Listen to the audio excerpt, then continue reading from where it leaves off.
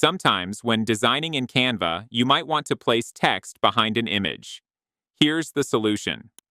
First, add an image to your Canva canvas. Resize it to fill the entire canvas and position it properly. Next, add a text element and type the text you want. Make it uppercase and choose the Poppins Extra Bold font for a strong look. Increase the font size and position it where you want it on the image. To make the text stand out, apply a shadow effect. This adds depth and makes it pop. Now it's time to place the text behind the image.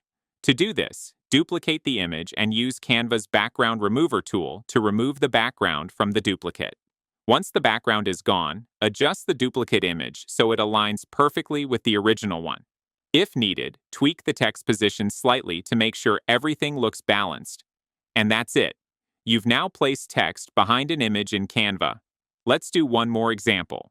Choose a new image, adjust its size, copy the text from your previous design, and paste it onto the new canvas. Change the text, resize it, and position it as you like.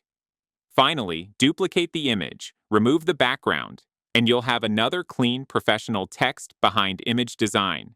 If you found this guide helpful, don't forget to subscribe for more tips.